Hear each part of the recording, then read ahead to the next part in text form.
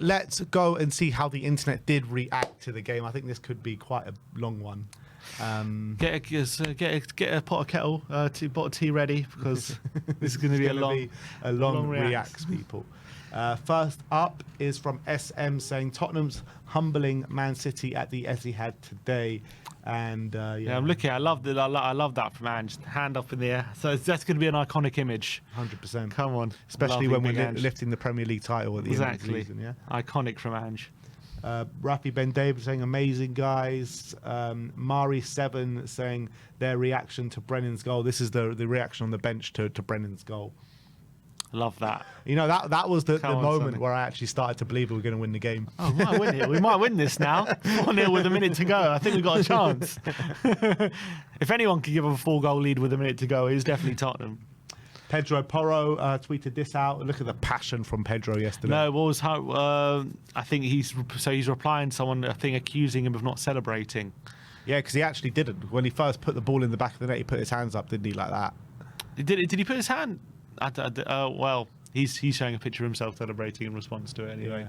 But I don't know, is that his goal? I don't know. I don't know if that's. They did the Mario Kart. Wasn't that they did the Mario Kart celebration? Yeah, but when he first put the ball in the back of the net, he just walked off like that. He never even played for C. For God's sake. He was on the bench for 10 minutes. Celebrate, for God's sake, Porro.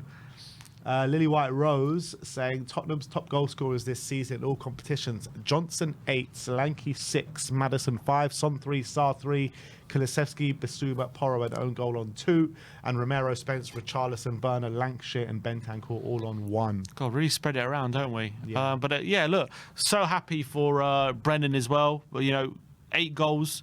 We're not even in December yet, so he'll definitely be getting double figures this season, which an improvement on last season. A lot of people question him, can he improve?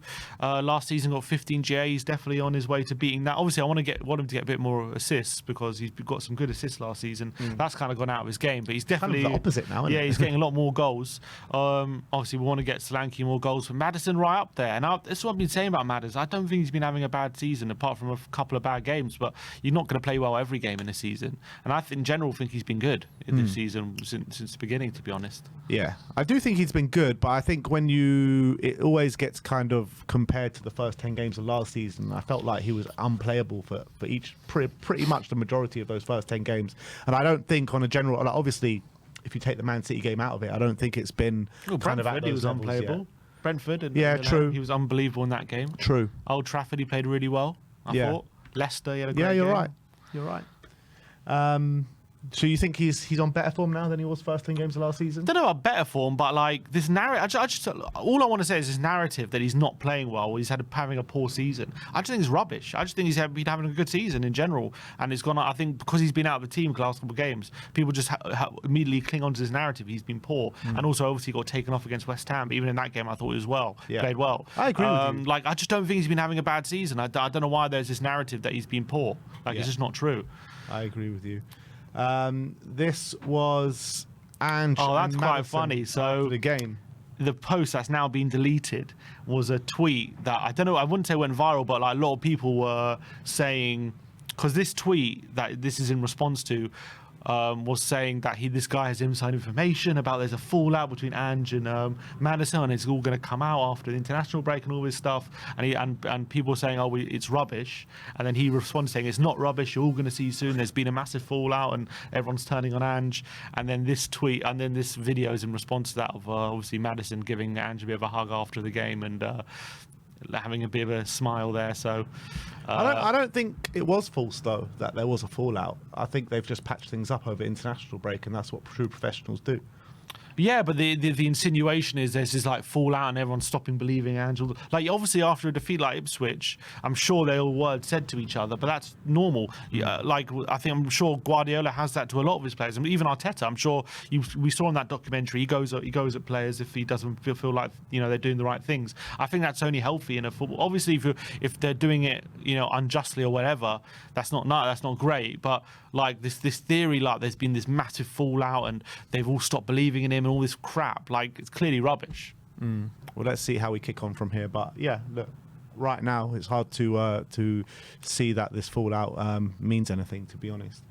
Mari7 saying, Captain Son, calm, focus. This is the thing I was talking about in the player ratings.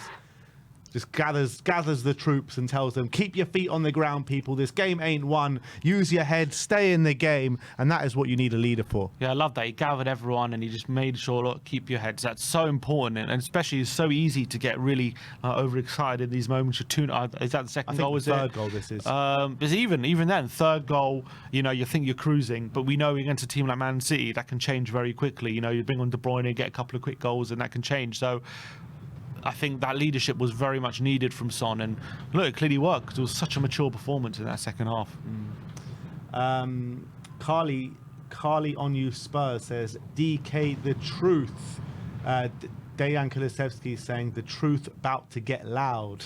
Yeah, I wonder what he's referring to. Do you reckon he's referring to the rumours? Could be. Very well, maybe. Could be. Because Vicario, we'll see it in a minute, but Vicario definitely put out a message referring to. Yeah, to be honest, I haven't seen anything from last. We got back so late, and literally all this stuff is completely new to me because I haven't seen anything. Or maybe he's referring to the truth of, I don't know, maybe like the truth, like we are a good team, like that's the truth. Maybe I don't know. It's about to come out, mate. It's about to come out. We're about to know. We're about to find out exactly. Carly as well says, Kuti Son forever. Kuti commented on Sonny's post yesterday saying, big brother, with a heart emoji. Yeah. And also look, the great thing was we were able to kind of rest Kuti here yesterday because Ange, interestingly, in his in the embargo sections, kind of said Kuti is actually over his foot problem. But he just, he just had a newborn kid, and he just wanted to make sure he's 100%. So he did leave him out, not because maybe he couldn't play, but just wanted to make sure he was well rested.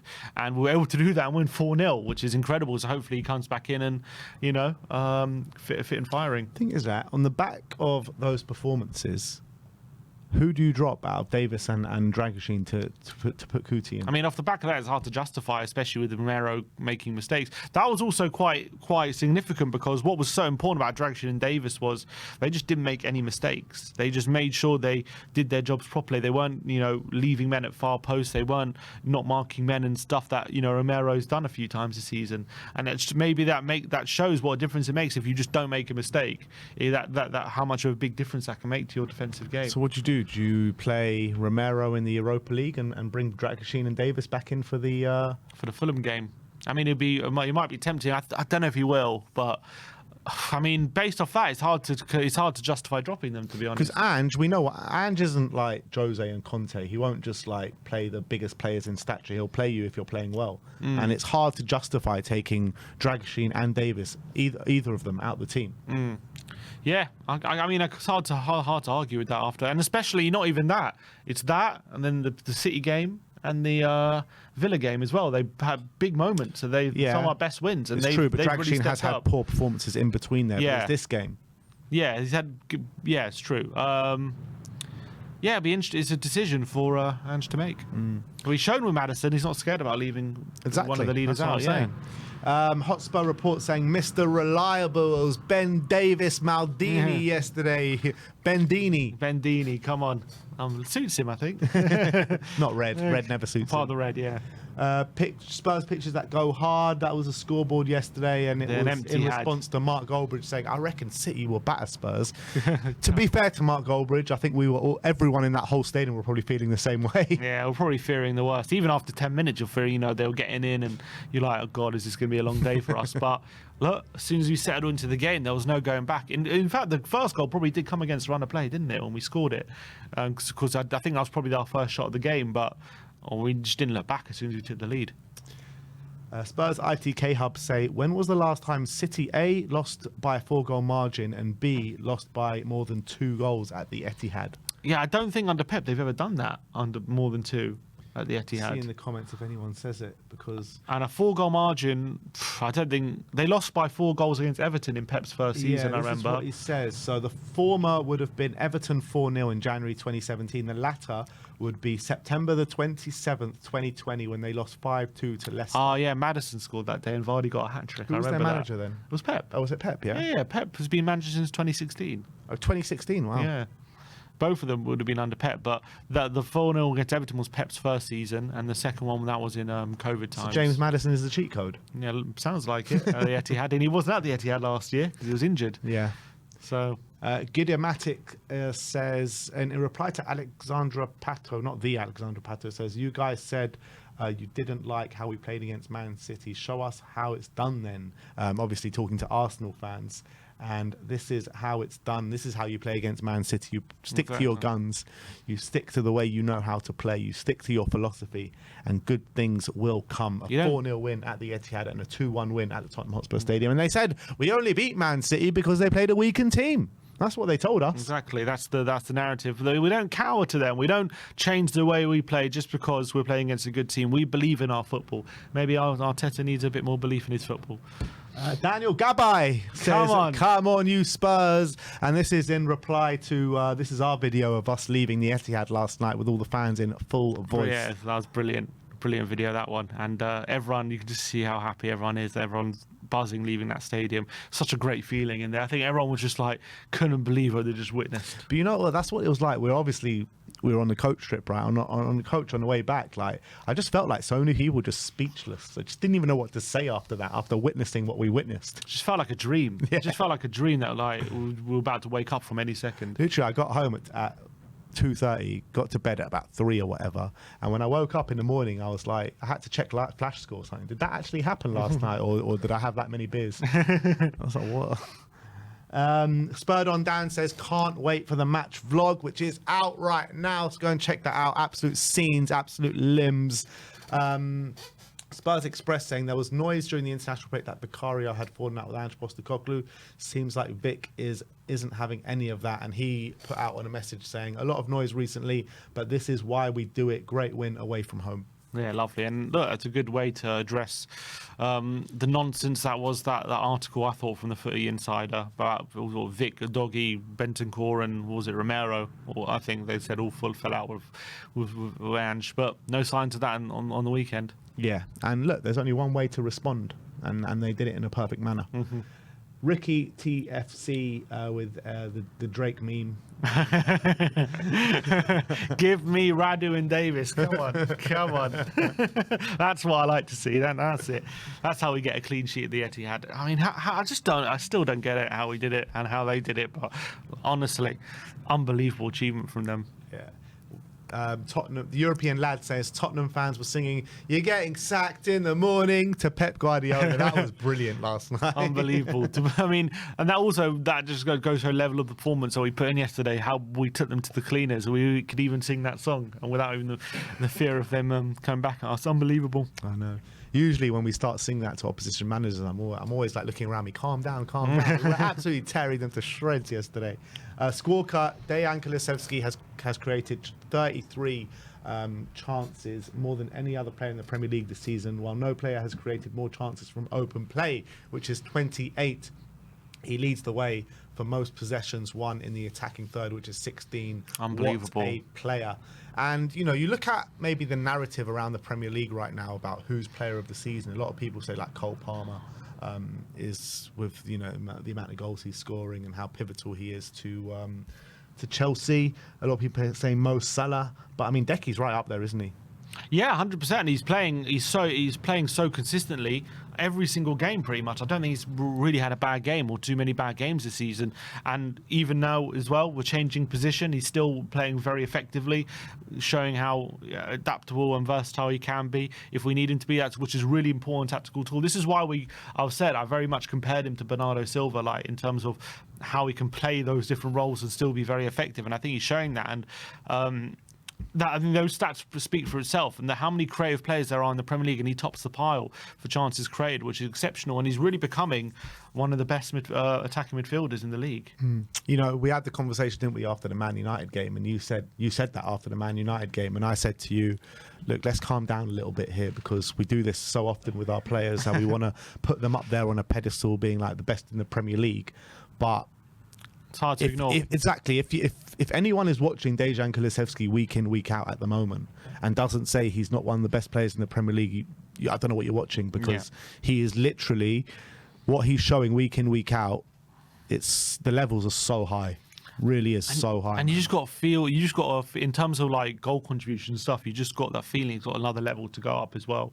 With look, as you can see here, look at these chances created. He's only got 3 assists, which to me tells me that his teammates are not doing enough with the level of chances he's creating. And once they maybe start putting more chances away, those numbers could really explode. Simon Yemene says, I wonder what they'll say now. They can't drag the City B team narratives out. There's nothing they can say. What were the naysayers saying last night? Because I was off social media yesterday. What were all the there are no naysayers saltiness saying? There's no naysayers. Everyone just has to accept. They have to accept what happened yesterday. There has to be some sort of excuses from Arsenal fans and people like that. There has to be. They will. I think the fact that because they also Rodri wasn't playing when they played. I think he got injured in that game, didn't he? So they also played against a Rodri-less kind, basically with 10 men. City. 10 men. It was with 10 men, but even in that first half, they didn't attack our City. They got some set pieces and they got the goal, but they weren't going at them like we were. And like I think I actually watched. There was a clip from an Arsenal podcast. They were talking about it, and I think it was Lee Judge was saying, watching that game yesterday, it was a bit of regret with how he felt Arsenal approached that game, because clearly City were there for the taking. Arsenal approached that every game pretty much, particularly away from home. The European lad saying this is cold. That is a cold pick for Ange. Yeah, come on. That's absolutely iconic from Ange. Absolutely love that. Love that. Jay Harris says Vicario just received a massive hug from Tottenham's goalkeeping coach Rob Birch and senior assistant coach Matt Wells. He was absolutely immense today. And yeah, I can't stop waxing lyrical about Vicario yesterday. He was an absolute beast in the goal. Yeah, and clearly they've been working on, those coming for crosses, all that kind of stuff, which maybe the goalkeeping coach was acknowledging, because it really was a top performance from Big Vic yesterday. So happy with him. Mr. Black Football says the fact we beat Man City twice this season and it's only November makes this game so much funnier. And that is obviously the Son chance. Yeah, because if we wanted to, we just could have beaten them. We could have beaten them if we wanted to, Arsenal fans. I want you to know that. I did see a couple of salty Arsenal fans talking about that yesterday. It was like, how is this even possible? The one time we want Spurs to beat them. Exactly. Come on. They hate us even more now, which is brilliant. Squawker Live saying James Maddison's game by numbers: 40 out of 45 passes completed, 9 duels won, 5 fouls won, 5 times possession won, 2 out of 2 take-ons completed, 2 touches in the opposition box, 2 shots, 2 tackles, and 2 goals.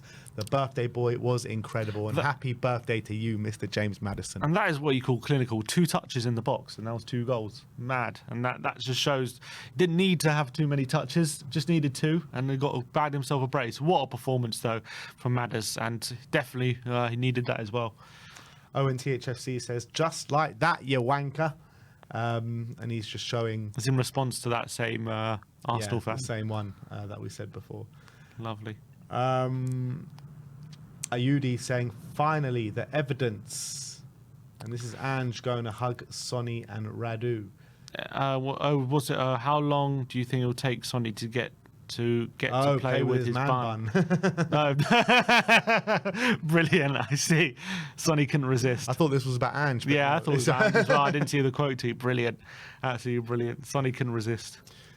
Paddy Power, you have to hand it to Spurs turning into prime 2011 Barca every time they play Man City, except when it means Arsenal will win the league. Is pretty funny. And that is the best thing. Yeah, that's fantastic. No words, man. No words need to describe that. That is brilliant. Nathan Clark saying, naive for City to insist on playing out the back under Tottenham's pressure, in my opinion. Who do they think they are? Exactly. Where's the pep? Pep football will never work. Where's the naive pep? Come on. Hunter Godson says this will be studied in years to come. And he's talking about Pep Guardiola has lost more matches against Tottenham than any other team in his managerial career. And that's the knives out, Daniel Craig. It makes no damn sense. So we've beaten Pep 9 times. Yeah. Is that all in the Premier League? Or maybe including Champions League? That's got to be all comps, surely. Yeah, that's mad though. Yeah, because Poch beat him a few times. And Mourinho beat him. Nuno beat him. Conte beat him. And now Ange. And now Ange is beating him. So, yeah, mad. So in the league, Ange has played... Mourinho beat him twice at the Lane. Yeah. At the Tottenham Stadium. So Ange has played Pep 3 times now in the league. And it's 1-1, lost 1, drawn 1, right? Yeah. Yeah. And twice in the cup, and it's 1-1, lost 1. 1-1, lost 1, yeah. Football Talent Scout says Radu Dragusin versus Man City, 35 passes, 83% pass accuracy, 1 tackle, 1 interception, 3 block shots, 2 clearances, 1 out of 2 aerial duels, 1, 2 out of 2 ground duels, 1 in the shadow of Maddison and Kulusevski, but it was such a solid performance by the 22-year-old no-nonsense centre-back. Yeah, it really was. I'm so happy for him because, you know, playing without your senior partner as well, on the back of some shaky performances, and he just stepped up massively for us, so big up to Radu. Match of the day saying scenes in the Spurs away end, and it really was scenes, wasn't it? Yeah, unbelievable. Bodies flying everywhere on that away end last night. Madness, absolute madness, and the Spurs players were loving it, as you can see. Lovely stuff.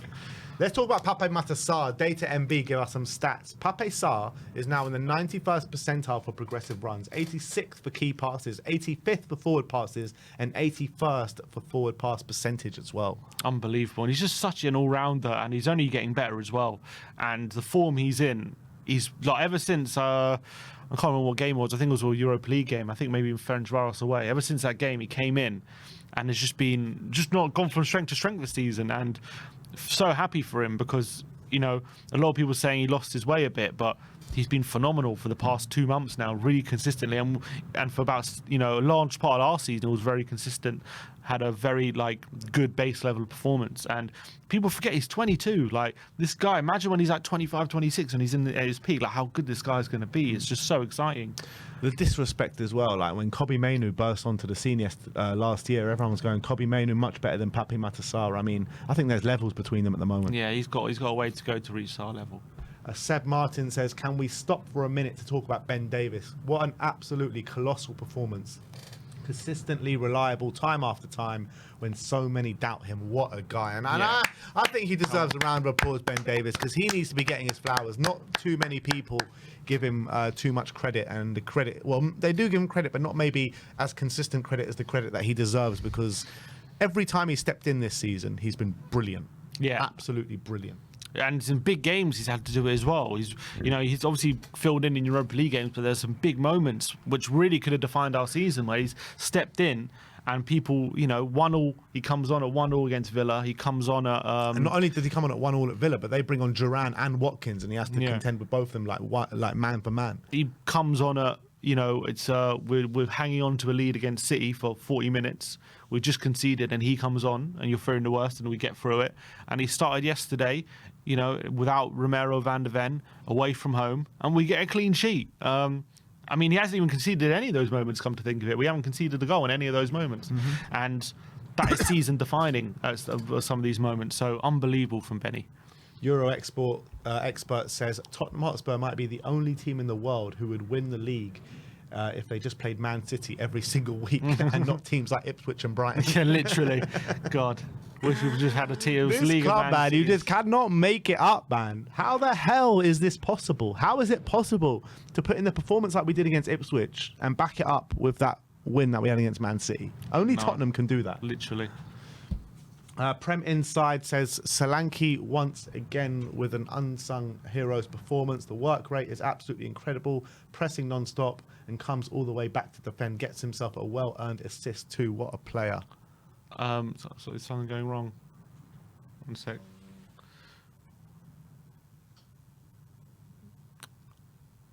Is that coming up on YouTube? Yeah, it is, yeah. It's cleared up now. Okay. So, what was that one? Solanke. The Prem Inside says Solanke once again with an unsung hero's performance. Work rate is absolutely incredible, pressing non-stop and comes all the way back to defend. Gets himself a well-earned assist too. What a player! Yeah, and he puts in so much work which goes unnoticed, and but not by Spurs fans because we can see it week in week out. But he definitely deserves more praise for his impact he's had at Spurs, and he's been brilliant. And brilliant assist, brilliant presence of mind to play in Porro, brilliant running in behind, but it's just his sheer work rate is such a valuable asset. H2 MUFC saying, and knocked the champions for 4 and kept a clean sheet with Dragusin and Davis in the centre of his defence. Yeah. Our rival fans starting to notice. Flav Bateman says he's got to go, ain't he? Yeah, he's got to go. He's got to go. Gone for Christmas. He's got to go. BLTHFC says Kulu and Madders will get the plaudits deservedly, but how good was Bissouma after picking up that yellow card inside 15 seconds? Ran the midfield with Sarr. Davis and Dragoshin brilliant after the first 10 minutes too. The man, they were superb. Yeah, incredible. Kulu, yeah, I think they definitely deserve the plaudits, and I think Bissouma and Sarr were really the legs in that midfield, and it really helped to just control it and make sure that they were exploiting what was a very unathletic Man City midfield, and we really exploited that to its fullest. All-out attack, 3-0 at the Etihad. I love my club so fucking much. Ange in forever. That is who we are, mate. And Billy T gets it. That's also just something that I love. I know people say in those situations you've got to be pragmatic, all this kind of stuff. I just love the fact we just keep going for more goals, and we always look to go forward. And those are his principles that he just always sticks by. Absolutely. The Premier League top goal scorer list. Tottenham sitting on the top of 27 goals scored. Chelsea 23, Man City 22.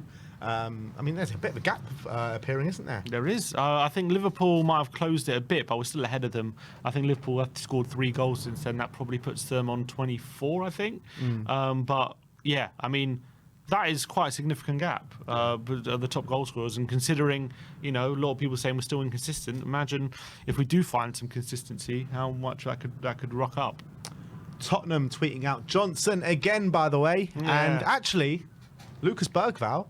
Yeah. No, we didn't actually mention his little cameo because I thought it was really bright from Lucas Bergvall as well. It was his interception that set us on our way for that Werner chance, for that Brennan goal. I thought, didn't Grealish just give it away? Oh, maybe you're right. So there was a few interceptions in there from Bergvall. I thought he did intercept one really important that sent us on a big chance then. Yeah, maybe the one where Brennan hit the post. That was it, yeah. But yeah, nice. Obviously, he came on very late, but yeah, good for him to be part of that. And obviously, we've been calling him to get him a few more minutes in the Prem, and so it was good for him. Spurs Watch says Dejan Kulusevski. Come on. I love that. He's just got such aura about him, Kulusevski. He was hungry yesterday. He was famished. And he ate. Oh, he stuffed himself. Absolutely stuffed himself. Let's hope he's hungry against Fulham as well, and I'm sure he will. There was a banquet yesterday for Decky. It was an all-you-can-eat buffet, wasn't it, for Decky yesterday? StatMuse saying Timo Werner has more goals and assists than Phil Foden in this Premier League season. Yeah, definitely noted from Jose there. No, definitely noting. Is that more to do with Timo doing well or Foden being bad? Make your own decision. Make your own conclusions. I'm not going to say nothing. You guys can make your judgments in the comment section. Let's go down to the Blue Deal one saying Sonny. He doesn't know what they're doing. Yeah, Sonny's like, what is going on here? Sonny's not part of the Mario Kart, I don't think. Shame. He's too busy on League of Legends. Tottenham Hotspur tweeted out saying, come on you Spurs, is Pedro Porro going into the away end. Bissouma throwing his shirt in there. Lovely to see the togetherness with everyone yesterday. Yeah, fantastic. And there has been some tension in the fans of late, so really great to put that to bed in this one for now anyway. For now. H2MUFC says Kulusevski, oh my God. Come on. And that's coming from a Man United fan. I guess they were all very happy that what we did yesterday as well, to be fair. 100%. And Postecoglou with a quote saying, I never believed the players had lost belief in our way. And they see seeing the Footy Insider, which I think it's... Look, I've always said, we're top of the league for, running stats and the amount of time work we put in and the pressing stats. And I just don't think you can do that if the players don't really believe in what you're doing. That's true, but it's also hard not to question a lot of things with the results that we were getting. I get that as well, but I just always felt it was nonsense, this whole they stopped believing. Lily White Lab says, Maddison, incredible today, so composed on the ball, knitting things together and completely shifting momentum by breaking lines. He was so brave, never hid and demanded the ball in really difficult areas. Personality is the most important thing in these big games, and he had it in abundance. Yeah, massive, 100%. And that was, sometimes you need that bit of arrogance and that bit of, thinking you're the best, and that's exactly how he conducted himself on the game on Saturday, and it worked. An absolute treat. StatMuse FC saying goals this season in the Premier League, Brennan 5, Bukayo Saka 4.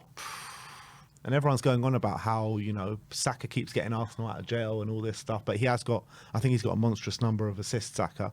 Brennan doesn't have any. But if you want to just go on goals, that's the stat. Exactly. That stat without any context, that's what I like to see.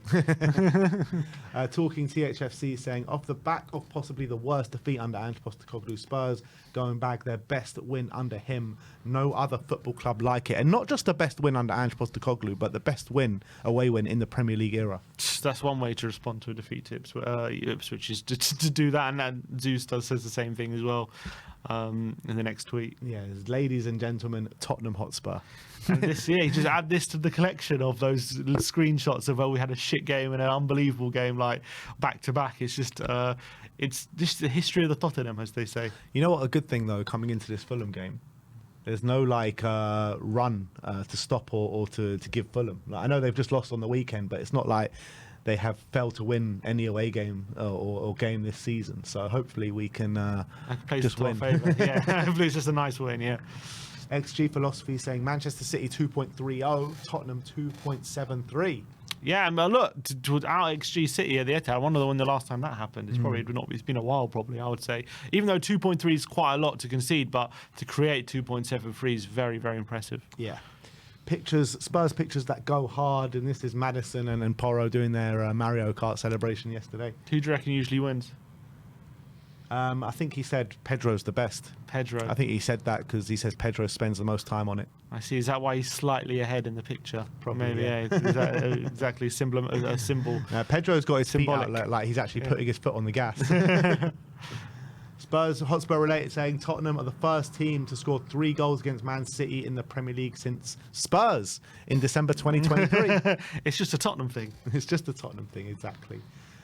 Sky Sports saying it's important not to forget that this Man City team are without Rodri. However, Spurs were without Bentancur, Romero, Van der Ven, Richarlison, Odegaard, Moore, 5 teenagers in the matchday squad, a left back playing at centre back. Or that one's a bit disingenuous, but I'll take the rest of them. I think the rest of it is a very good point, and I think it's easy to forget that we actually do have quite a few injuries at the moment, and I think the most important thing there is 5 teenagers in the matchday squad. That shows how decimated our options are at the moment, and to put in that kind of performance, even though City have got their own injury problems, can't take away from our injury problems, and no one will really take that into account. Yeah, and the injury problems might be mounting out even further than that with Vicario and Udogie.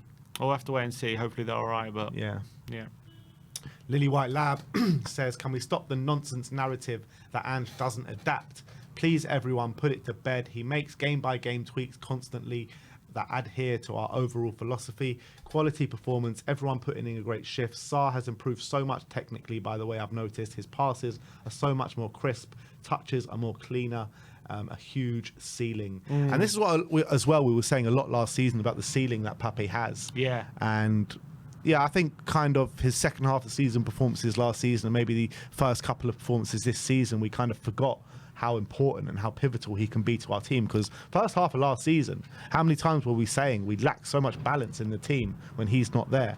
And he's come back to the fore again now, hasn't he? Yeah, I think he's got an unbelievably high ceiling.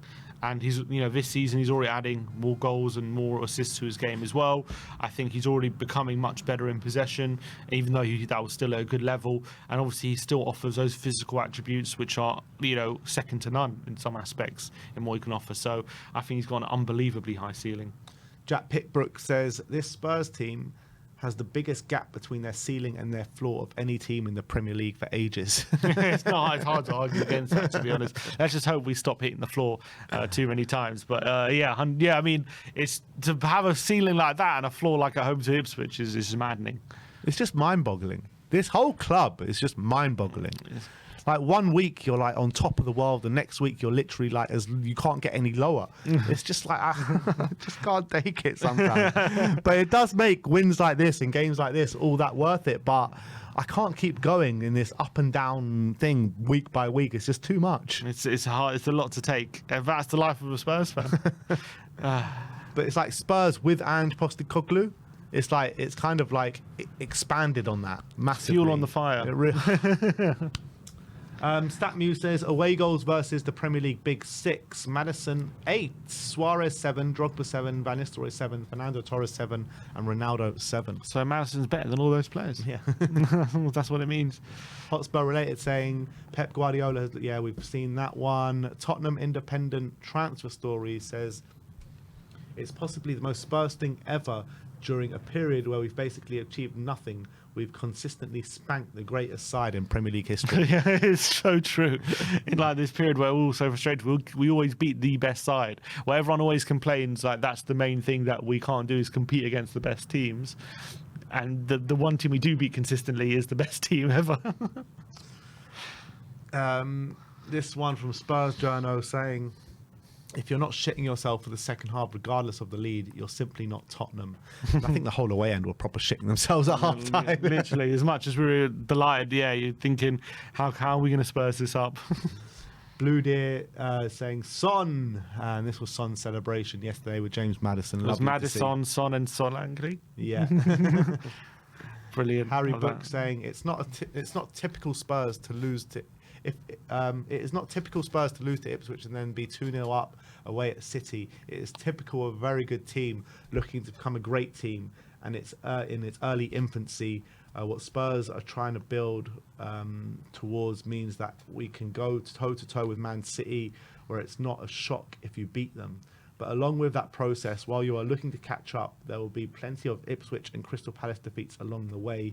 And the idea is if you get to a stage where that becomes a rarity, and if it is achieved, it will only be achieved with time, which is true. I think that's a fair point. And I think when you've got a young team like we do and you're trying to build something, from the ground up like Ange's, there will be inconsistencies. I think last season wasn't even about inconsistency. It was about trying to perfect that, what we can do even against good teams. And now clearly, yesterday showed what we're capable of, what level we can be at when we're at our best. And now it's about trying to be at that level as much as possible. Yeah. Squawker says only 2 players have been directly involved in 10-plus Premier League goals versus Pep Guardiola's Manchester City, and that is Mo Salah and Son Heung-min, Pep's kryptonite. It does make a lot of sense considering the type of players they are, doesn't it? But yeah, Son does love a goal contribution at the Etihad. And that brings that's an end to the Reacts. Nice long one to get your teeth bitten into today. I loved every second of it.